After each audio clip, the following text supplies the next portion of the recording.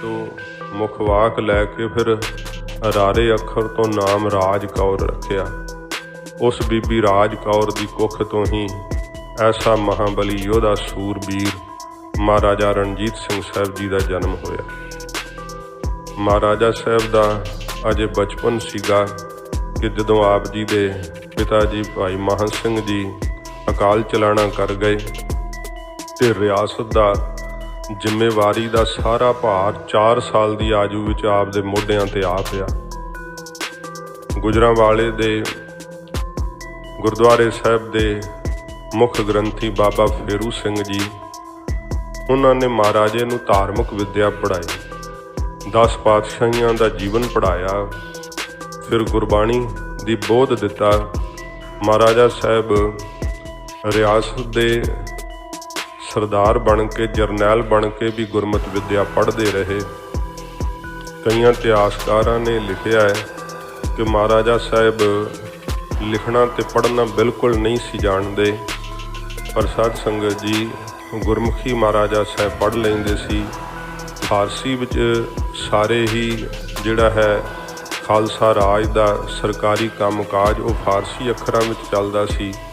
महाराजा साहब जिहड़ा है अपनी राज की मोहर थले आपदा नाम लिख लेंदे सीगे।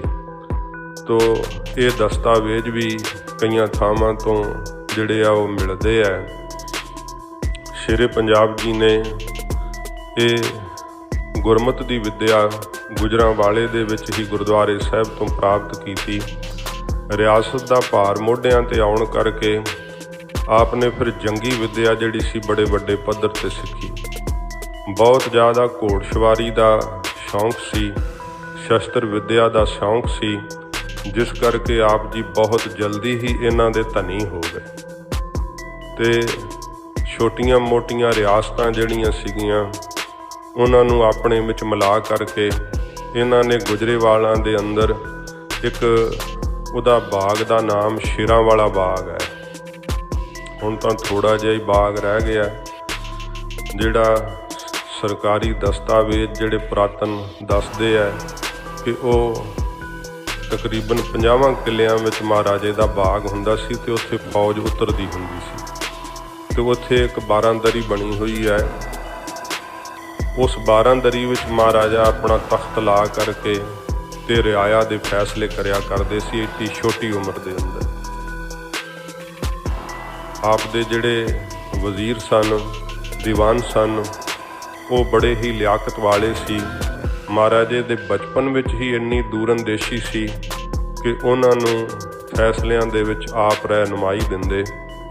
फिर वक्त आया जदों बहुत छोटी आजू विच ही महाराजे ने लाहौर दे उत्ते कब्जा किया। लाहौर दे उस शाही किले दे उत्ते खालसाई पहचान लहराया, जिस लाहौर दे शाही किले ने कदे गुरु जी की शहादत दे फरमान जारी कीते सी, कदे जिस लाहौर दे शाही किले दे अंदर जहांगीर वर्गे शाहजहां वर्गे बादशाह निवास करते, कदे इत्थे आ करके जकरिया खान वर्गियां ने बहुत ज़्यादा लहू की होली खेडी। सिखां दे सिरां दे मुल पे ओही लाहौर है जिथे आले दुआले किते भी सिख मिल जाए तो उसके सिर का मुल पैंदा सी। उस ही लाहौर के शाही किले के उत्ते केसरी निशान महाराजे ने झुलाया ते तिस समय हन्ने हन्ने की सरदारी नूं खत्म करके विशाल खालसा राज कायम करके साध संगत जी जिहड़ी सी महाराजे की पदवी हासिल की। जदों बाबा साहब सिंह जी बेदी गुरु नानक साहब जी के वंशज आप नूं शाही कलगी तोड़ा पहनाउण लगे तो एक किले दे अंदर सजिया होया दीवान कहा, महाराजा साहब ये शाही कलगी तोड़ा ये शाही पोशाक पहनाउण तो बाद आप देश बादशाह होवोगे। आपने इस तो पहला कुछ कहना। शेरे पंजाब जी ने भरे दीवान में हथ जोड़ करके आख्या कि पहला सब तो ये कलगी तोड़ा श्री गुरु ग्रंथ साहब जी महाराज नूं सुहाया जावे, फिर 5 प्यारियां दे चरनां नूं सुहा के मेरे सीस ते सजाया जावे, तां जो मैनूं सदा चेता रहे कि ये राज मैनूं गुरु नानक साहब जी की बदौलत प्राप्त होया। ਜਿੱਥੇ ਅੱਜ ਤੁਸੀਂ ਬੜੀਆਂ ਖਬਰਾਂ ਸੁਣਦੇ ਹੋਵੋਗੇ ਚੀਨ ਤੇ ਇੰਡੀਆ ਦੇ ਯੁੱਧ ਬਾਰੇ, ਕਿ ਸਾਰਾ ਇਲਾਕਾ ਖਾਲਸਾ ਰਾਜ ਦਾ ਹੈ। ਸਰਦਾਰ ਹਰੀ ਸਿੰਘ ਨਲੂਆ ਇੱਥੇ ਦੇ ਗਵਰਨਰ ਰਹੇ ਹੈ ਤੇ ਸਰਦਾਰ ਨੇ ਉਦੋਂ ਦੇ ਵਸਾਏ ਹੋਏ ਸਿੱਖ ਪਰਿਵਾਰ ਉੱਥੇ ਅਜੇ ਵੀ ਵੱਸਦੇ ਹੈ, ਜਿਹੜਾ ਬਹੁਤ ਜ਼ਿਆਦਾ ਦੁੱਖ ਦਾ ਸਮਾਂ ਵੀ ਉਹਨਾਂ ਨੇ ਪਿਛਲੇ ਸਮਿਆਂ ਵਿੱਚ ਝੱਲਿਆ। ਕਸ਼ਮੀਰ ਦੇ ਵਿੱਚ ਵੀ ਵਸਾਏ ਹੋਏ ਸਰਦਾਰ ਦੇ ਸਿੱਖ ਪਰਿਵਾਰ ਹਨ। ਇਹ ਚੀਨ ਦੇ ਨਾਲ ਸਾਡੇ ਦੇਸ਼ ਦੀਆਂ ਹੱਦਾਂ ਲੱਗਦੀਆਂ ਸੀਗੀਆਂ, ਨੇਪਾਲ ਨਾਲ ਸਾਡੇ ਦੇਸ਼ ਦੀਆਂ ਹੱਦਾਂ ਲੱਗਦੀਆਂ ਸੀਗੀਆਂ। ਇਸ ਪ੍ਰਕਾਰ ਨੇਪਾਲ ਵਰਗੇ ਰਾਜੇ ਜਾਂ ਜਿਹੜਾ ਜੰਗ ਬਹਾਦਰ ਰਾਜੇ ਦਾ ਨਾਮ ਸੀਗਾ, ਸ਼ੇਰੇ ਪੰਜਾਬ ਦੇ ਦਰਬਾਰ ਦੀ ਇਹੋ ਜਿਹੀ ਅਦੁੱਤੀ ਸੋਭਾ ਅੰਗਰੇਜ਼ਾਂ ਨੇ ਲਿਖੀ ਹੋਈ ਹੈ, ਅੰਗਰੇਜ਼ ਰਾਈਟਰਾਂ ਨੇ ਲਿਖੀ ਹੈ। ਕਹਿੰਦੇ ਹੈ ਕਿ ਏਸ਼ੀਆ ਵਿੱਚ ਸ਼ੇਰੇ ਪੰਜਾਬ ਜੀ ਵਰਗਾ ਤੀਖਣ ਬੁੱਧੀ ਵਾਲਾ ਕੋਈ ਰਾਜਾ ਸਾਨੂੰ ਦੇਖਣ ਨੂੰ ਨਹੀਂ ਮਿਲਿਆ। ਮਹਾਰਾਜੇ ਦੇ ਦਰਬਾਰ ਦੇ ਅੰਦਰ ਸਾਧ ਸੰਗਤ ਜੀ ਬੜੇ ਬੜੇ ਯੋਗ ਜਰਨੈਲ ਅਤੇ ਬੜੇ ਬੜੇ ਯੋਗ ਵਜ਼ੀਰ ਜਿਹੜੇ ਸੀ ਉਹ ਬੈਠਿਆ ਕਰਦੇ। ਮਹਾਰਾਜੇ ਦੇ ਸਮਕਾਲੀ ਇੱਕ ਰਾਈਟਰ ਨੇ ਲਿਖਿਆ ਹੈ ਕਿ ਸ਼ੇਰੇ ਪੰਜਾਬ ਜੀ ਨੂੰ ਕਦੇ ਵੀ ਆਲਸ ਦੇ ਸਹਿਤ ਨਹੀਂ ਸੀ ਵੇਖਿਆ, ਕਿ ਜਿਵੇਂ ਉਦਮ, ਦਲੇਰੀ ਤੇ ਚੁਸਤੀ ਫੁਰਤੀ ਉਹਨਾਂ ਨੂੰ ਜਨਮ ਤੋਂ ਹੀ ਵਿਰਸੇ ਚੋਂ ਹੀ ਪ੍ਰਾਪਤ ਹੋਈ ਹੋਵੇ। ਸਮੇਂ ਦੀ ਇਸ ਤਰੀਕੇ ਨਾਲ ਵੰਡ ਕੀਤੀ ਹੋਈ ਸੀ, ਕੋਈ ਵੀ ਉਹਨਾਂ ਕੋਲ ਵਿਹਲਾ ਸਮਾਂ ਨਹੀਂ ਸੀਗਾ। ਨਹੀਂ ਤੇ ਰਾਜੇ ਵੇਖ ਲਓ ਅਯਾਸ਼ੀ ਬਣ ਜਾਂਦੇ ਆ। ਇਹੋ ਜਿਹੇ ਭਾਵੇਂ ਕਿ ਉਹਨਾਂ ਬਾਰੇ ਕਈ ਰਾਈਟਰ ਜਿਹੜੇ ਆ ਔਗੁਣਾਂ ਦਾ ਜ਼ਿਕਰ ਵੀ ਕਰਦੇ ਆ, ਪਰ ਸਾਧ ਸੰਗਤ ਜੀ ਗੁਣ ਏਡੇ ਵੱਡੇ ਕਿ ਉਹ ਛੋਟੇ ਜਿਹੜੇ ਔਗਣ ਆ ਉਹਨਾਂ ਦੇ ਸਾਹਮਣੇ, ਗੁਣਾਂ ਦੇ ਸਾਹਮਣੇ ਉਹ ਤੁੱਛ ਜਾਪਦੇ ਆ। ਸ਼ੇਰੇ ਪੰਜਾਬ ਜੀ ਭਾਵੇਂ ਮਹਾਰਾਜੇ ਦੀ ਪਦਵੀ ਹਾਸਲ ਕਰ ਲਈ ਸੀ, ਪਰ ਫਿਰ ਵੀ ਆਪਣੇ ਆਪ ਨੂੰ ਉਹ ਸਿੰਘ ਸਾਹਿਬ ਅਖਵਾਇਆ ਕਰਦੇ ਸੀ। ਸਿੰਘ ਸਾਹਿਬ ਅਖਵਾ ਕਰਕੇ ਖੁਸ਼ ਹੁੰਦੇ, ਕਦੇ ਮਹਾਰਾਜਾ ਸਾਹਿਬ ਅਖਵਾ ਕੇ ਖੁਸ਼ ਨਹੀਂ ਸੀ ਹੁੰਦੇ। ਬਹੁਤ ਨਿਮਰਤਾ ਰੱਖਦੇ, ਗਰੀਬਾਂ ਦੀ, ਲੋੜਵੰਦਾਂ ਦੀ, ਆਪਣੇ ਰਾਜ ਦੇ ਅੰਦਰ ਇਹੋ ਜਿਹੀ ਦੇਖਭਾਲ ਕਰਦੇ ਕਿ ਇੱਕ ਵਕਤ ਕਾਲ ਪੈ ਗਿਆ ਤੇ ਮਹਾਰਾਜੇ ਨੇ ਸ਼ਾਹੀ ਗੋਦਾਮ ਖੋਲ੍ਹ ਦਿੱਤੇ। ਕਿਹਾ ਕਿ ਇਹ ਹੁਕਮ ਦਿੱਤਾ ਜਿੰਨਾ ਕੋਈ ਚੁੱਕ ਕੇ ਲਿਜਾ ਸਕਦਾ ਲੈ ਜਾਵੇ, ਜਿੰਨਾ ਅਨਾਜ ਕਿਸੇ ਕੋਲੋਂ ਚੁੱਕਿਆ ਜਾਂਦਾ ਉਹ ਲੈ ਜਾਵੇ। ਤੇ ਲੋਕ ਪੰਡਾਂ ਭਰ ਭਰ ਕੇ ਲਿਜਾਣ ਲੱਗੇ। ਮਹਾਰਾਜਾ ਭੇਸ ਬਦਲ ਕੇ ਆਪ ਆਪਣੇ ਰਾਜ ਭਾਗ ਦਾ ਜਾਇਜ਼ਾ ਲੈ ਰਹੇ ਸੀ ਤੇ ਇੱਕ ਗੋਦਾਮ ਦੇ ਸਾਹਮਣੇ ਮਹਾਰਾਜੇ ਨੇ ਵੇਖਿਆ ਕਿ ਇੱਕ ਬਿਰਧ ਬਾਪੂ ਹੈ, ਉਹਦੇ ਨਾਲ ਛੋਟਾ ਬੱਚਾ ਹੈ ਉਹਦਾ, ਤੇ ਉਹਨੇ ਲਾਲਚ ਨਾਲ ਪੰਡ ਜਿਹੜੀ ਆ ਅਨਾਜ ਦੀ ਭਰ ਲਈ ਹੈ ਤੇ ਚੁੱਕੀ ਉਹਦੇ ਕੋਲ ਬਿਰਧ ਅਵਸਥਾ ਜਾਂਦੀ ਨਹੀਂ। ਛੋਟਾ ਬਾਲਕ ਵਾ ਨਾਲ, ਉਹ ਵੀ ਚੱਕਣ ਦੇ ਸਮਰੱਥ ਨਹੀਂ।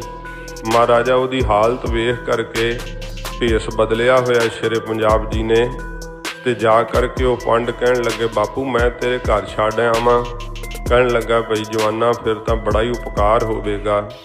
ਇਹ ਸ਼ੇਰੇ ਪੰਜਾਬ ਜੀ ਨੇ ਆਪ ਦੇ ਸਿਰ ਤੇ ਉਹ ਪੰਡ ਚੱਕੀ ਤੇ ਉਹ ਬਜ਼ੁਰਗ ਬਾਪੂ ਬੜੀ ਕਾਹਲੀ ਨਾਲ ਚਾਈ ਅੱਗੇ ਕਿ ਹੁਣ ਬੜੇ ਸੌਖੇ ਦਿਨ ਲੱਗ ਜਾਣਗੇ, ਖੁੱਲ੍ਹਾ ਹੀ ਅਨਾਜ ਆ ਗਿਆ।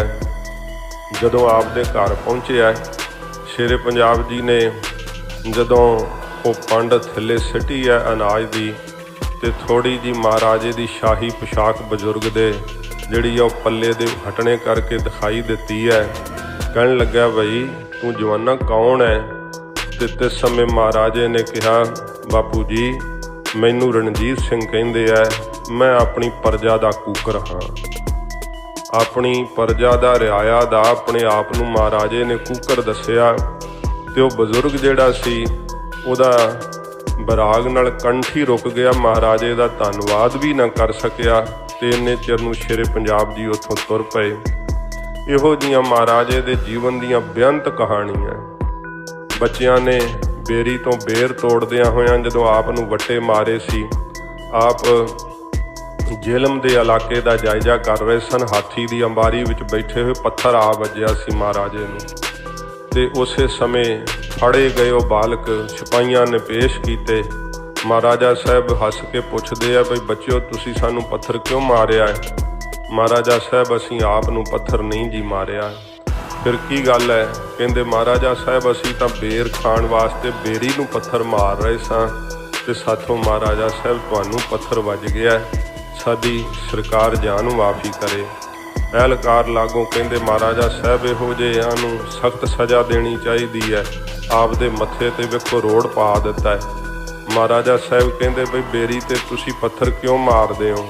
ਕਹਿਣ ਲੱਗੇ ਮਹਾਰਾਜ ਸਾਨੂੰ ਬੇਰੀ ਤੋਂ ਬੇਰ ਮਿਲਦੇ ਆ। ਤੇ ਮਹਾਰਾਜਾ ਸਾਹਿਬ ਹੱਸ ਕੇ ਕਹਿੰਦੇ ਬਈ ਅਸੀਂ ਤਾਂ ਇਨਸਾਨ ਆ, ਜੇ ਉਹ ਰੁੱਖ ਪੱਥਰ ਮਾਰਨ ਤੋਂ ਫਲ ਦਿੰਦਾ ਹੈ ਤੇ ਸਾਨੂੰ ਤਾਂ ਕੁਝ ਫਿਰ ਵੱਧ ਦੇਣਾ ਚਾਹੀਦਾ। ਕਹਿੰਦੇ ਇਹਨਾਂ ਨੂੰ ਮੋਹਰਾਂ ਅਸ਼ਰਫੀਆਂ ਦਿਓ। ਮਹਾਰਾਜੇ ਸਾਹਿਬ ਨੇ ਉਹਨਾਂ ਨੂੰ ਮੋਹਰਾਂ ਅਸ਼ਰਫੀਆਂ ਨਾਲ ਝੋਲੀਆਂ ਭਰ ਦਿੱਤੀਆਂ ਕਿ ਬੇਰੀ ਫਲ ਦਿੰਦੀ ਹੈ ਤੇ ਸਾਨੂੰ ਕੁਝ ਵੱਧ ਫਲ ਦੇਣਾ ਚਾਹੀਦਾ। ਇਹੋ ਜਿਹਾ ਮਹਾਰਾਜਾ ਸਾਹਿਬ ਦਾ ਸੁਭਾਅ ਸੀ।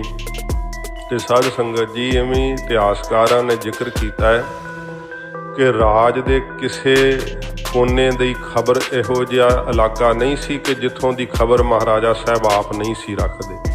ਗੁਪਤਚਰਾਂ ਨੂੰ ਆਪ ਮਿਲਿਆ ਕਰਦੇ ਸੀ। ਜਦੋਂ ਕਿਤੇ ਤੁਸੀਂ ਲਾਹੌਰ ਜਾਣ ਦਾ ਤੁਹਾਨੂੰ ਮੌਕਾ ਮਿਲੇ, ਤਕਰੀਬਨ ਬਹੁਤਿਆਂ ਕਿਲਿਆਂ ਵਿੱਚ ਇਹ ਮਿਲ ਜਾਂਦਾ ਹੈ, ਪਰ ਉਹ ਸ਼ੇਰੇ ਪੰਜਾਬ ਜੀ ਦੇ ਬਣਾਏ ਹੋਏ ਵਕਤ ਦੇ ਜਦੋਂ ਤੁਸੀਂ ਮੁੱਖ ਦਰਵਾਜ਼ੇ ਤੇ ਪਹੁੰਚੋਗੇ ਤੇ ਛੋਟੇ ਛੋਟੇ ਤੁਹਾਨੂੰ ਘੁਰਨੇ ਜੇ ਦਿਖਾਈ ਦੇਣਗੇ, ਆਲੇ ਬਣੇ ਹੋਏ ਜਿਵੇਂ ਕਬੂਤਰਾਂ ਦੇ ਤੇ ਵੱਡਿਆਂ ਬਾਜਾਂ ਦੇ। ਤੇ ਉਹ ਫਿਰ ਤੁਸੀਂ ਜਦੋਂ ਪੁੱਛ ਲਿਓ ਕਿਸੇ ਨੂੰ ਕਿ ਇਹ ਕੀ ਕਾਰਨ ਹੈ, ਇਹ ਬਾਜਾਂ ਦੇ ਤੇ ਕਬੂਤਰਾਂ ਦੇ ਘੁਰਨੇ ਕਿਉਂ ਬਣੇ ਹੋਏ ਆ? ਜਿਹੜੇ ਜਿਹੜੇ ਇਲਾਕੇ ਤੋਂ ਬਾਜ ਜਾਂ ਕਬੂਤਰ ਡਾਕ ਲੈ ਕੇ ਆਉਂਦੇ ਸੀ, ਉਸੇ ਆਲੇ ਵਿੱਚ ਆ ਕਰਕੇ ਬੈਠਦੇ ਸੀ। ਕਬੂਤਰਾਂ ਤੇ ਬਾਜਾਂ ਰਾਹੀਂ ਡਾਕ ਜਿਹੜੀ ਸੀ ਨਾ, ਚਿੱਠੀਆਂ, ਇਹ ਸਾਧ ਸੰਗਤ ਜੀ ਆਉਂਦੀਆਂ ਤੇ ਜਾਂਦੀਆਂ ਸੀਗੀਆਂ ਉਹਨਾਂ ਸਮਿਆਂ ਦੇ ਅੰਦਰ। ਭਾਵੇਂ ਕਿ ਪਹਿਲਾਂ ਘੋੜ ਸਵਾਰਾਂ ਰਾਹੀਂ ਵੀ ਸੁਨੇਹੇ ਆਉਂਦੇ ਸੀਗੇ, ਪਰ ਸ਼ੇਰੇ ਪੰਜਾਬ ਜੀ ਨੇ ਕਬੂਤਰਾਂ ਤੇ ਬਾਜਾਂ ਨੂੰ ਜਿਹੜਾ ਸੀ ਇਸ ਡਾਕ ਦੇ ਆਦਾਨ ਪ੍ਰਦਾਨ ਵਾਸਤੇ ਬਾਹਲਾ ਵਰਤਿਆ। ਤੇ ਹਰੇਕ ਤਕਰੀਬਨ ਇਲਾਕੇ ਦੀ ਮਹਾਰਾਜਾ ਸਾਹਿਬ ਆਪ ਖਬਰ ਰੱਖਦੇ ਸੀ। ਜਦੋਂ ਕਿਧਰੇ ਕੋਈ ਰਿਆਸਤ ਦੇ ਉੱਤੇ ਚੜ੍ਹਾਈ ਕਰਦਾ, ਕਿਉਂਕਿ ਕਈ ਮੁਹਿੰਮਾਂ ਜਿਹੜੀਆਂ ਸੀ ਮਹਾਰਾਜੇ ਨੇ ਆਪ ਫਤਿਹ ਕੀਤੀਆਂ। ਮਹਾਰਾਜੇ ਦੀਆਂ ਉਹ ਸ੍ਰੀ ਸਾਹਿਬਾਂ ਅੱਜ ਵੀ ਸਾਡੇ ਗੁਰ ਅਸਥਾਨਾਂ 'ਤੇ ਸੁਭਾਏਮਾਨ ਨੇ। 2 ਤੇਗਾਂ ਤਖਤ ਸੱਚਖੰਡ ਸ੍ਰੀ ਹਜ਼ੂਰ ਸਾਹਿਬ ਸੁਭਾਏਮਾਨ ਨੇ। ਇੱਕ ਮਹਾਰਾਜੇ ਦੀ ਤੇਗ ਕੇਂਦਰੀ ਅਜਾਇਬ ਘਰ ਸੱਚਖੰਡ ਸ੍ਰੀ ਹਰਿਮੰਦਰ ਸਾਹਿਬ ਵਿਖੇ ਬਿਰਾਜਮਾਨ ਹੈ। ਉਹ ਤੇਗ ਹੈ ਜਿਸ ਨਾਲ ਮਹਾਰਾਜੇ ਨੇ ਕਸੂਰ ਫਤਿਹ ਕੀਤੀ ਸੀ।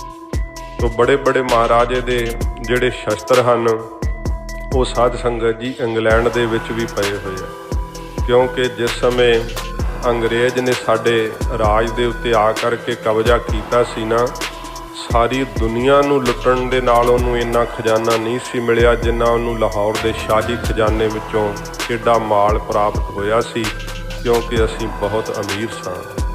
ਸਾਡੇ ਕੋਲ ਤਾਂ ਬਾਹਰ ਦੇ ਜਰਮਨ ਦੇਸ਼ ਦੇ, ਜਾਪਾਨ ਦੇਸ਼ ਦੇ ਜਿਹੜੇ ਡਾਕਟਰ ਲੋਕ ਸੀ ਉਹ ਆ ਕਰਕੇ ਨੌਕਰੀਆਂ ਕਰਿਆ ਕਰਦੇ ਸਨ।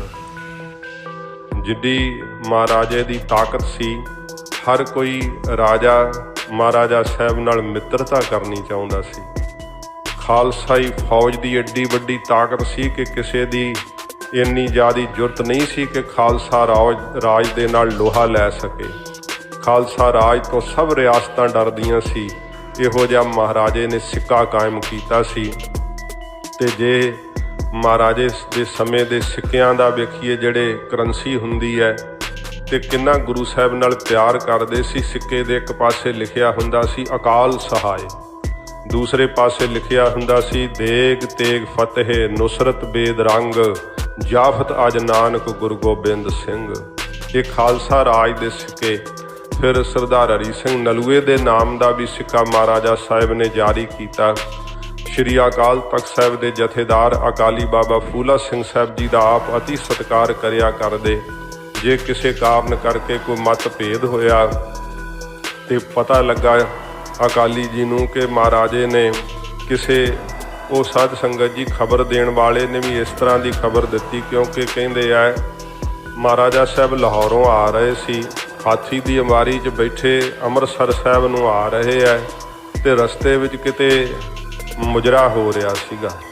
ਤੇ ਉਹ ਇਲਾਕੇ ਦੇ ਲੋਕ ਇਕੱਠੇ ਹੋ ਕੇ ਮਹਾਰਾਜਾ ਸਾਹਿਬ ਕੋਲ ਆ ਗਏ। ਉਹਨਾਂ ਨੂੰ ਪਤਾ ਲੱਗਾ ਕਿ ਮਹਾਰਾਜਾ ਸਾਹਿਬ ਦੀ ਸਵਾਰੀ ਲੰਘ ਰਹੀ ਹੈ। ਕਹਿਣ ਲੱਗੇ ਮਹਾਰਾਜਾ ਸਾਹਿਬ, ਜੇ ਸਾਡੇ ਇੱਥੇ ਤੁਸੀਂ ਹੁੰਦੇ ਜਾਓ ਤਾਂ ਬੜੀ ਮਹਾਰਾਜ ਸਾਡੀ ਵੀ ਜਿਹੜੀ ਇੱਜ਼ਤ ਵਧੇਗੀ। ਤੇ ਮਹਾਰਾਜਾ ਸਾਹਿਬ ਜਦੋਂ ਉੱਥੋਂ ਦੀ ਲੰਘੇ ਆ, ਉਹ ਮੋਰਾ ਨਾਮੇ ਕੰਜਰੀ ਜਿਹੜੀ ਨਾਚ ਕਰ ਰਹੀ ਸੀ, ਲੋਕ ਪੈਸੇ ਦੇ ਰਹੇ ਸੀ, ਸ਼ੇਰੇ ਪੰਜਾਬ ਜੀ ਨੇ ਵੀ ਸੋਨੇ ਦਾ ਕੈਂਠਾ ਦੇ ਦਿੱਤਾ। ਤੇ ਜਦੋਂ ਅਕਾਲੀ ਜੀ ਨੂੰ ਪਤਾ ਲੱਗਿਆ ਤੇ ਫਿਰ ਅਕਾਲੀ ਜੀ ਨੇ ਪਹਿਲਾਂ ਸੁਨੇਹਾ ਘੱਲਿਆ ਸੀਗਾ, ਕਹਿੰਦੇ ਕਿ ਉਸ ਸੁਨੇਹੇ ਤੇ ਸ਼ੇਰੇ ਪੰਜਾਬ ਜੀ ਨੇ ਕਿਹਾ ਕਿ ਕੋਈ ਗੱਲ ਨਹੀਂ, ਇਹ ਕਿਹੜੀ ਕੋਈ ਵੱਡੀ ਗੱਲ ਹੈ। ਤੇ ਪਰ ਅਕਾਲ ਤਖਤ ਸਾਹਿਬ ਦਾ ਆਇਆ ਹੋਇਆ ਸੁਨੇਹਾ ਮਹਾਰਾਜੇ ਨੂੰ ਉਸ ਤੇ ਜਾਣਾ ਚਾਹੀਦਾ ਸੀ, ਪਰ ਅਣਗੌਲਿਆਂ ਕਰ ਲਿਆ, ਜਿਸ ਕਰਕੇ ਫਿਰ ਅਕਾਲੀ ਜੀ ਨੂੰ ਸ੍ਰੀ ਅਕਾਲ ਤਖਤ ਸਾਹਿਬ ਤੋਂ ਹੁਕਮ ਜਾਰੀ ਕਰਨਾ ਪਿਆ। ਮਹਾਰਾਜੇ ਨੂੰ ਸਿੱਖੀ ਵਿੱਚੋਂ ਛੇਕਣਾ ਪਿਆ। ਤੇ ਜਦੋਂ ਕਹਿੰਦੇ ਆ ਇਹ ਜਿਹੜਾ ਕਿਲੇ ਤੋਂ ਬਾਹਰ ਸਾਧ ਸੰਗਤ ਜੀ, ਉਹ 12 ਦਰੀ, ਉਹਨੂੰ ਦੀਵਾਨੇ ਆਮ ਕਿਹਾ ਜਾਂਦਾ। ਉੱਥੇ ਮਹਾਰਾਜਾ ਸਾਹਿਬ ਰਿਆਇਆ ਨੂੰ ਮਿਲਦੇ ਹੁੰਦੇ ਸੀ, ਅੰਦਰ ਦੀਵਾਨੇ ਖਾਸ ਹੁੰਦਾ ਸੀ। ਉੱਥੋਂ ਮਹਾਰਾਜੇ ਦੀ ਪਾਲਕੀ ਜਦੋਂ ਸਭਾ ਸਮਾਪਤ ਹੋਈ, ਉੱਠ ਕੇ ਚੱਲੀ ਹੈ। ਲਾਹੌਰ ਦੇ ਲੋਕ ਨਮਸਕਾਰਾਂ ਕਰਨ ਲਈ ਉਹਨਾਂ ਦਾ ਤਾਂਤਾ ਲੱਗਿਆ ਰਹਿੰਦਾ। ਅੱਜ ਕੋਈ ਵੀ ਨਮਸਕਾਰ ਨਹੀਂ ਕਰ ਰਿਹਾ। ਜੇ ਕੋਈ ਮਿਲਿਆ ਵੀ ਰਾਹਗੀਰ ਤਾਂ ਮਹਾਰਾਜੇ ਨੂੰ ਪਿੱਠ ਕਰ ਲਈ। ਪੁੱਛਿਆ ਮਹਾਰਾਜੇ ਨੇ ਕਿ ਕੀ ਕਾਰਨ ਹੈ, ਅੱਜ ਇਹ ਲਾਹੌਰ ਦੇ ਸਿੱਖ ਸਾਨੂੰ ਫਤਿਹ ਹੀ ਨਹੀਂ ਬੁਲਾਉਂਦੇ। ਦੱਸਿਆ ਅਮੀਰਾਂ ਵਜ਼ੀਰਾਂ ਨੇ ਕਿ ਮਹਾਰਾਜਾ ਸਾਹਿਬ ਆਪ ਨੂੰ ਸ੍ਰੀ ਅਕਾਲ ਤਖਤ ਸਾਹਿਬ ਤੋਂ ਛੇਕ ਦਿੱਤਾ ਗਿਆ। ਜਦੋਂ ਇਉਂ ਮਹਾਰਾਜੇ ਨੇ ਸੁਣਿਆ ਤੇ ਵੇਖ ਲਓ, ਆਪਣੇ ਆਪ ਨੂੰ ਸਿੱਖੀ ਵਿੱਚ ਸ਼ਾਮਲ ਰੱਖਣ ਲਈ ਮਹਾਰਾਜੇ ਨੇ ਨੰਗੀ ਪੈਰੇ ਤੁਰ ਕੇ ਅੰਮ੍ਰਿਤਸਰ ਸਾਹਿਬ ਆਉਣਾ ਕੀਤਾ। ਇੱਥੇ ਜਦੋਂ ਫਿਰ ਅਕਾਲੀ ਬਾਬਾ ਫੂਲਾ ਸਿੰਘ ਸਾਹਿਬ ਜਥੇਦਾਰ ਸ੍ਰੀ ਅਕਾਲ ਤਖਤ ਸਾਹਿਬ ਉੱਤੇ ਚਬੂਤਰੇ ਤੇ ਬੈਠੇ ਵੀਰ ਆਸਣ ਲਾ ਕੇ, ਤੇ ਅਪਰਾਧੀ ਨੂੰ ਜਿਵੇਂ ਖਿਲਾਰੀਦਾ ਨਾ, ਉਵੇਂ ਸਾਹਮਣੇ ਸ਼ੇਰੇ ਪੰਜਾਬ ਜੀ ਨੂੰ ਖਿਲਾਰਿਆ। ਇਮਲੀ ਦਾ ਬੂਟਾ ਉੱਥੇ ਲੱਗਾ ਹੋਇਆ ਹੈ। ਤੇ ਜਦੋਂ ਆ ਨੀਲਾ ਤਾਰਾ ਸਾਕਾ ਹੋਇਆ ਸੀ, ਉਹ ਬੰਬਾਂ ਦੇ ਨਾਲ ਉੱਡ ਗਿਆ ਸੀ ਬੂਟਾ। ਤੇ ਦੁਬਾਰਾ ਫਿਰ ਉਸ ਬੂਟੇ ਨੂੰ ਲਾਇਆ ਸ਼੍ਰੀਮਾਨ ਸੰਤ ਬਾਬਾ ਠਾਕੁਰ ਸਿੰਘ ਜੀ ਨੇ। ਤੇ ਉਹ ਪੁੱਛਦੇ ਕਿ ਇਹ ਜ਼ਰੂਰੀ ਕਿਉਂ ਹੈ ਲਾਉਣਾ, ਇਹਦੀ ਕਿਹੜਾ ਕਿਸੇ ਛਾਵੇਂ ਬੈਠਣਾ, ਇਹਨੂੰ ਕਿਹੜਾ ਕੋਈ ਫਲ ਲੱਗਦਾ ਹੈ। ਕਹਿੰਦੇ ਸਾਡੇ ਇਤਿਹਾਸ ਦੀ ਨਿਸ਼ਾਨਦੇਹੀ ਕਰਦਾ ਏ। ਇਮਲੀ ਦਾ ਬੂਟਾ ਸਾਡੀਆਂ ਆਉਣ ਵਾਲੀਆਂ ਨਸਲਾਂ ਨੂੰ ਸਦਾ ਦਿਖਾਉਂਦਾ ਰਹੇਗਾ ਕਿ ਧਰਮ ਨੇ ਰਾਜਨੀਤੀ ਨੂੰ ਇੱਥੇ ਬੰਨ੍ਹਿਆ ਸੀ, ਤਖਤ ਦੇ ਜਥੇਦਾਰ ਨੇ ਇੱਥੇ ਬੰਨ੍ਹਿਆ ਸੀ ਰਾਜੇ ਨੂੰ, ਤੇ ਸਦਾ ਰਾਜਨੀਤੀ ਅਧੀਨ ਰਹੇਗੀ ਧਰਮ ਦੀ। ਇਹ ਇਮਲੀ ਦਾ ਬੂਟਾ ਸਦਾ ਕੌਮ ਨੂੰ ਇਹ ਸੁਨੇਹਾ ਦਿੰਦਾ ਰਹੇਗਾ।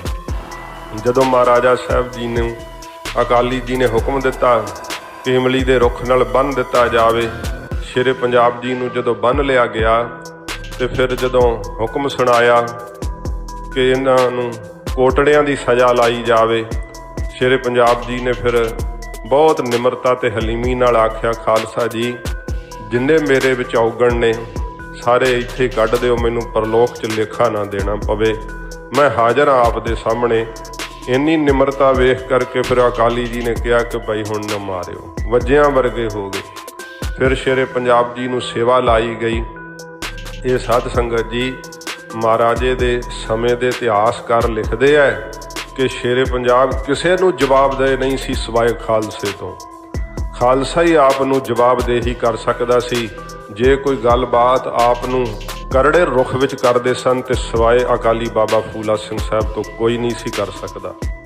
ਇਹੋ ਜਿਹਾ ਮਹਾਰਾਜਾ ਖਾਲਸੇ ਦਾ ਸਤਿਕਾਰ ਕਰਦੇ।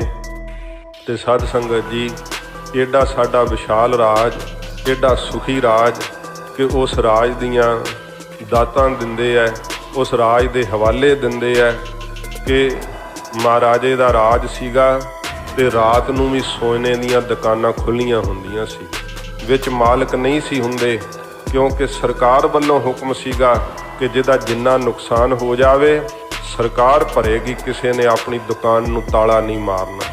ਲਾਹੌਰ ਦੇ ਬਾਜ਼ਾਰ ਰਾਤ ਨੂੰ ਵੀ ਖੁੱਲ੍ਹੇ ਰਹਿੰਦੇ ਸੀਗੇ। ਇੰਨਾ ਸਤਯੁਗ ਦਾ ਸਮਾਂ ਜਾਣੋ ਮਹਾਰਾਜੇ ਨੇ ਲਾ ਦਿੱਤਾ ਸੀ।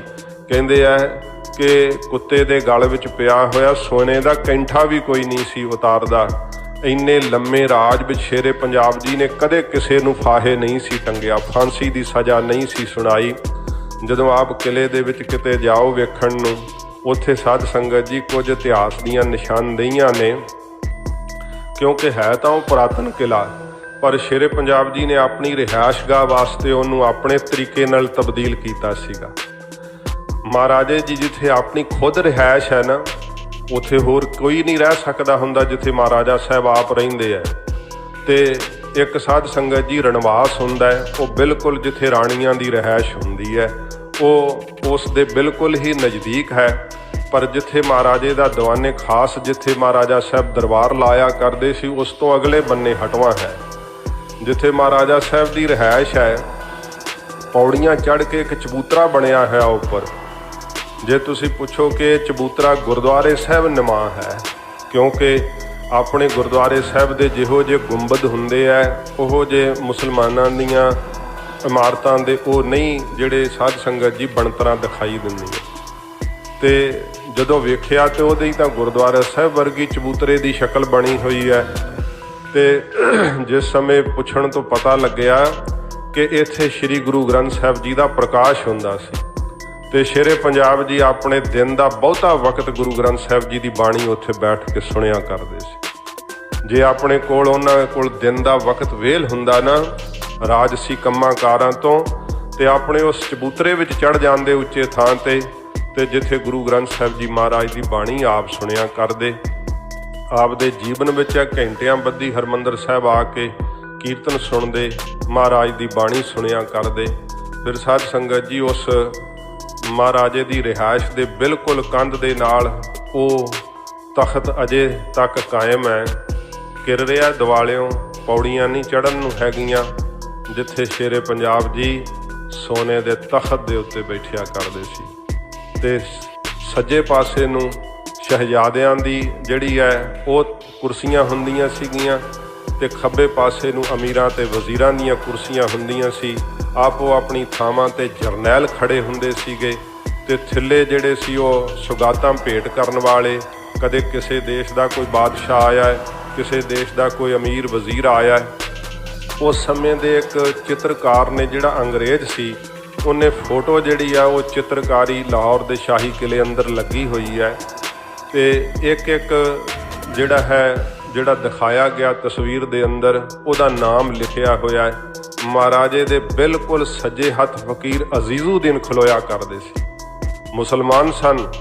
ਵੇਖ ਲਓ, ਜੇ ਵੇਖੀਏ ਨਾ ਤੇ ਲਾਹੌਰ ਦੇ ਸ਼ਾਹੀ ਕਿਲੇ ਦੇ ਸਾਹਮਣੇ ਬਿਲਕੁਲ ਸ਼ਾਹੀ ਮਸਜਿਦ ਹੈ। ਮਹਾਰਾਜੇ ਨੇ ਆਪਣੇ ਰਾਜਕਾਲ ਦੇ ਅੰਦਰ ਜਿੰਨਾ ਮਸਜਿਦਾਂ ਨੂੰ ਵਿਕਸਿਤ ਕੀਤਾ, ਮੰਦਰਾਂ ਨੂੰ ਵਿਕਸਿਤ ਕੀਤਾ, ਤੇ ਜਿਹੜੇ ਅੱਜ ਕਹੀ ਜਾਂਦੇ ਆ ਕਿ ਜੇ ਸਿੱਖਾਂ ਦੇ ਹੱਥ ਰਾਜ ਆ ਗਿਆ ਇਹਨਾਂ ਮਸੀਤਾਂ ਮੰਦਰ ਢਾਹ ਦੇਣੇ ਸਾਰੇ। ਸਾਡੇ ਰਾਜ ਦੀ ਤਵਾਰੀਖ ਦੱਸਦੀ ਹੈ ਕਿ ਸਾਡੇ ਰਾਜ ਵਿੱਚ ਸਾਰੇ ਹੀ ਧਰਮ ਪ੍ਰਫੁੱਲਤ ਹੋਏ। ਹੁਣ ਸਿੱਖ ਤਾਂ ਮਹਾਰਾਜਾ ਸਾਹਿਬ ਆਪ ਸੀਗੇ, ਇਸ ਕਰਕੇ ਆਪਣੇ ਗੁਰਧਾਮਾਂ ਦੀ ਵੀ ਬਹੁਤ ਵੱਡੇ ਪੱਧਰ ਤੇ ਮਹਾਰਾਜਾ ਸਾਹਿਬ ਨੇ ਸੇਵਾ ਕੀਤੀ। ਇਹ ਨਹੀਂ, ਮੰਦਰਾਂ ਤੇ ਵੀ ਸੋਨੇ ਚੜਾਉਣ ਦੀ ਸੇਵਾ ਕੀਤੀ ਹੈ। ਵਿਸ਼ਵਨਾਥ ਦਾ ਮੰਦਰ ਕਾਂਸ਼ੀ ਦੇ ਅੰਦਰ ਮੂੰਹ ਬੋਲ ਦੀ ਤਸਵੀਰ ਹੈ ਮਹਾਰਾਜੇ ਨੇ, ਜਿਹਦੇ ਉੱਤੇ ਸੋਨੇ ਦੀ ਸੇਵਾ ਕਰਵਾਈ ਹੈ। ਕੁਰਾਨ ਸ਼ਰੀਫ ਸੋਨੇ ਦੀ ਲਿਖਵਾਈ ਹੈ। ਇਹ ਮਹਾਰਾਜੇ ਦੇ ਜੀਵਨ ਇਤਿਹਾਸ ਵਿੱਚ ਸਾਧ ਸੰਗਤ ਜੀ ਸਭ ਕੁਝ ਮਿਲਦਾ ਹੈ। ਆਪ ਸ਼ਰੀਰ ਕਰਕੇ ਏਡੇ ਬਲੀ ਸੀ, ਜਿਉਂਦੇ ਸ਼ੇਰ ਆਪ ਨੇ ਜਿਹੜੇ ਸੀ ਨਾ ਸੰਗਲ ਮਾਰ ਕੇ ਇੱਕ ਗੇਟ ਤੇ ਬੰਨੇ ਹੁੰਦੇ ਸੀ, ਜਿੱਧਰੋਂ ਦੀ ਮਹਾਰਾਜਾ ਸਾਹਿਬ ਲਾਹੌਰ ਦੇ ਅੰਦਰ ਪ੍ਰਵੇਸ਼ ਕਰਦੇ ਸੀ। ਉਹਦੇ ਗੇਟ ਦਾ ਨਾਮ ਹੀ ਅਜੇ ਤੱਕ ਵੀ ਸ਼ੇਰਾਂ ਵਾਲਾ ਗੇਟ ਹੈ। ਉਧਰੋਂ ਦੀ ਮਹਾਰਾਜਾ ਸਾਹਿਬ ਪ੍ਰਵੇਸ਼ ਕਰਿਆ ਕਰਦੇ ਸੀ। ਤੋ ਸਾਧ ਸੰਗਤ ਜੀ, ਅੰਗਰੇਜ਼ ਨੇ ਸਾਡੀ ਇਸ ਸਲਤਨਤ ਦੀ ਤਾਕਤ ਨੂੰ ਵੇਖ ਕਰਕੇ ਮੂੰਹ ਨਹੀਂ ਸੀ ਇੱਧਰ ਨੂੰ ਕੀਤਾ। ਬਾਕੀ ਸਭ ਰਿਆਸਤਾਂ ਉਹਨੇ ਦਬਾ ਲਈਆਂ ਸੀ। ਸ਼ੇਰੇ ਪੰਜਾਬ ਜੀ ਨਾਲ ਸੰਧੀ ਕੀਤੀ, ਜਿਹੜੀ ਰੋਪੜ ਦੀ ਸੰਧੀ ਨਾਮ ਦੇ ਨਾਲ ਮਸ਼ਹੂਰ ਹੈ। ਇਤਿਹਾਸਕਾਰ ਇਸ ਗੱਲ ਦੇ ਉੱਤੇ ਬੜਾ ਆਪਦਾ ਸ਼ੰਕਾ ਪ੍ਰਗਟਾਉਂਦੇ ਹੈ ਕਿ ਮਹਾਰਾਜਾ ਸਾਹਿਬ ਜਦੋਂ ਅੰਗਰੇਜ਼ ਨਾਲੋਂ ਸੰਧੀ ਦੇ ਉੱਤੇ ਮੁਲਾਕਾਤ ਤੇ ਗਏ ਸੀ, ਅੰਗਰੇਜ਼ ਨੇ ਦਾਵਤ ਦਿੱਤੀ। ਐਸੀ ਉਹ ਦਾਵਤ ਖਾ ਕਰਕੇ ਆਏ ਕਿ ਦਿਨ ਬਰ ਦਿਨ ਮਹਾਰਾਜੇ ਦਾ ਸਰੀਰ ਖੀਣ ਹੁੰਦਾ ਚਲਿਆ ਗਿਆ। ਤੇ ਉਹਨਾਂ ਦਾ ਇਹ ਸ਼ੰਕਾ ਹੈ ਕਿ ਮਹਾਰਾਜੇ ਨੂੰ ਸਲੋ ਪੋਇਜ਼ਨ ਆਦਿਕ ਕੋਈ ਇਹੋ ਜਿਹੀ ਚੀਜ਼ ਜ਼ਰੂਰ ਅੰਗਰੇਜ਼ ਨੇ ਖਾਣੇ 'ਚ ਪਾ ਕਰਕੇ ਦੇ ਦਿੱਤੀ, ਜਿਹਦੇ ਕਰਕੇ ਕਿ ਮਹਾਰਾਜਾ ਸਾਹਿਬ ਫਿਰ ਮੁੜ ਤਖਤ ਤੇ ਉਵੇਂ ਨਾ ਬੈਠ ਸਕੇ। ਮਹਾਰਾਜਾ ਸਾਹਿਬ ਦੀ ਇਹ ਦਿਲੀ ਇੱਛਾ ਸੀ ਕਿ ਸਿੱਖਾਂ ਦੀ ਖਿੰਡੀ ਹੋਈ ਤਾਕਤ ਇੱਕ ਥਾਂ ਤੇ ਹੋਵੇ, ਤੇ ਸਾਰਾ ਜ਼ਮਾਨਾ ਗੁਰੂ ਗੋਬਿੰਦ ਸਿੰਘ ਸੱਚੇ ਪਾਤਸ਼ਾਹ ਜੀ ਮਹਾਰਾਜ ਦੀ ਸ਼ਕਤੀ ਦੇ ਅੱਗੇ ਝੁਕਿਆ ਹੋਇਆ ਦੇਖਣਾ ਚਾਹੁੰਦੇ ਸੀ। ਇਹੋ ਜਿਹੀ ਮਹਾਰਾਜੇ ਦੀ ਦਿਲੀ ਇੱਛਾ ਸੀਗੀ। ਪਰ ਸਾਧ ਸੰਗਤ ਜੀ, ਹੁੰਦਾ ਉਹ ਜੋ ਪਰਮੇਸ਼ਰ ਨੂੰ ਮਨਜ਼ੂਰ ਹੋਵੇ। ਵਕਤ ਸਿਰ ਜਦੋਂ ਮਹਾਰਾਜੇ ਨੂੰ ਫਿਰ ਅਧਰੰਗ ਦੀ ਨਾ ਮੁਰਾਦ ਬਿਮਾਰੀ ਚਿੰਬੜ ਗਈ। ਇਹ ਬਿਮਾਰੀ ਜਿਹੜੀ ਸੀ ਦਿਨ ਬਰ ਦਿਨ ਵੱਧਦੀ ਚਲੀ ਗਈ। ਮਹਾਰਾਜਾ ਸਾਹਿਬ ਦਾ ਸਰੀਰ ਖੀਣ ਹੁੰਦਾ ਗਿਆ। ਇੱਕ ਦਿਨ ਐਸਾ ਵੀ ਆਇਆ ਜਦੋਂ ਮਹਾਰਾਜਾ ਸਾਹਿਬ ਦੀ ਜ਼ੁਬਾਨ ਹੀ ਚਲੀ ਗਈ। ਬੋਲਣੋਂ ਵੀ ਅਸਮਰੱਥ ਹੋ ਗਏ ਤੇ ਫਿਰ ਕੇਵਲ ਬਸ ਸੇਵਾ ਦੇ ਉੱਤੇ ਹੀ ਉਹਨਾਂ ਦਾ ਸਰੀਰ ਚੱਲ ਰਿਹਾ ਸੀਗਾ। ਵੈਦ ਹਕੀਮ ਬਹੁਤ ਆਪ ਦਾ ਯਤਨ ਕਰ ਰਹੇ ਸਨ, ਪਰ ਇਹ ਫਾਨੀ ਸੰਸਾਰ ਹੈ, ਇੱਕ ਦਿਨ ਸਭ ਨੇ ਸੰਸਾਰ ਤੋਂ ਜਾਣਾ ਹੈ। ਜਦੋਂ ਕਹਿੰਦੇ ਆ ਮਹਾਰਾਜਾ ਸਾਹਿਬ ਸਰੀਰ ਦੇ ਤਿਆਗਣ ਦਾ ਵਕਤ ਹੋਇਆ ਨਾ, ਜਿਵੇਂ ਬੁਝਦੇ ਜੀਵੇ ਦੀ ਲਾਟ ਫਿਰ ਇੱਕ ਵਾਰ ਜਗਣ ਲੱਗ ਪੈਂਦੀ ਹੈ ਨਾ, ਜਦ ਦੀਵਾ ਬੁਝਣ ਤੇ ਆਉਂਦਾ ਹੈ ਤੇ ਇੱਕ ਵਾਰੀ ਉਹਦੀ ਲਾਟ ਫਿਰ ਲਟ ਲਟ ਕਰਕੇ ਬਾਲ ਉੱਠਦੀ ਹੈ। ਸ਼ੇਰੇ ਪੰਜਾਬ ਜੀ ਦੀ ਜ਼ੁਬਾਨ ਪਰਤ ਆਈ, ਬੋਲਣ ਦੀ ਸ਼ਕਤੀ ਆ ਗਈ ਤੇ ਸ਼ੇਰੇ ਪੰਜਾਬ ਜੀ ਨੇ ਕਿਹਾ ਕਿ ਸਾਡਾ ਆਖਰੀ ਦਰਬਾਰ ਸਜਾਇਆ ਜਾਵੇ। ਮੈਂ ਉਸ 12 ਦਰੀ ਦੇ ਉੱਪਰ ਚੜ੍ਹ ਕੇ ਵੇਖ ਕੇ ਆਇਆ। ਮਸਜਿਦ ਤੇ ਸ਼ਾਹੀ ਕਿਲੇ ਦੇ ਵਿਚਕਾਰ ਉਹ 12 ਦਰੀ ਹੈ ਜਿੱਥੇ ਸ਼ੇਰੇ ਪੰਜਾਬ ਜੀ ਨੇ ਆਪਣਾ ਆਖਰੀ ਦਰਬਾਰ ਲਾਇਆ। ਤੇ ਜਦੋਂ ਸ਼ਹਿਜ਼ਾਦਿਆਂ ਤੇ ਅਮੀਰਾਂ ਵਜ਼ੀਰਾਂ ਦੇ ਮੋਢਿਆਂ ਤੇ ਮਹਾਰਾਜੇ ਦੀ ਪਾਲਕੀ ਉਠਾਈ ਗਈ, ਮਹਾਰਾਜਾ ਸਾਹਿਬ ਦਾ ਸਰੀਰ ਜਿਹੜਾ ਸੀ ਉਹ ਭਾਵੇਂ ਆਗਿਆ ਨਹੀਂ ਸੀ ਦੇ ਰਿਹਾ, ਪਰ ਫਿਰ ਵੀ ਦਰਬਾਰ ਦੇ ਨਿਯਮਾਂ ਮੁਤਾਬਕ ਮਹਾਰਾਜੇ ਨੂੰ ਸ਼ਾਹੀ ਪੁਸ਼ਾਕ ਪਹਿਨਾਈ ਗਈ। ਆਪ ਦੇ ਸੀਸ ਤੇ ਉਹੋ ਹੀ ਕਲਗੀ ਤੋੜਾ ਤੇ ਦਸਤਾਰ ਸਜਾਈ ਗਈ।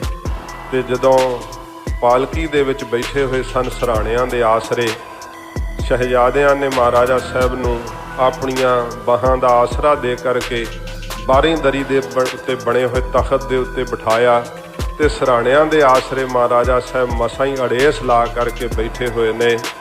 ਤੇ ਉਹ ਇਤਿਹਾਸਕਾਰ ਨੇ ਲਿਖਿਆ ਕਿ ਇਹ ਉਹ ਸਾਹ ਸਵਾਰ ਹੈ ਜਦੋਂ ਘੋੜੇ ਤੇ ਚੜ੍ਹਦਾ ਸੀ ਤੇ ਦਰਾ ਖੈਬਰ ਦੀਆਂ ਪਹਾੜੀਆਂ ਕੰਬਦੀਆਂ ਸੀਗੀਆਂ, ਜਿਸ ਦੇ ਜ਼ਬੇ ਦੇ ਅੱਗੇ ਪਠਾਣਾਂ ਦੇ ਹੌਸਲੇ ਪਸਤ ਹੋ ਜਾਂਦੇ ਸੀ।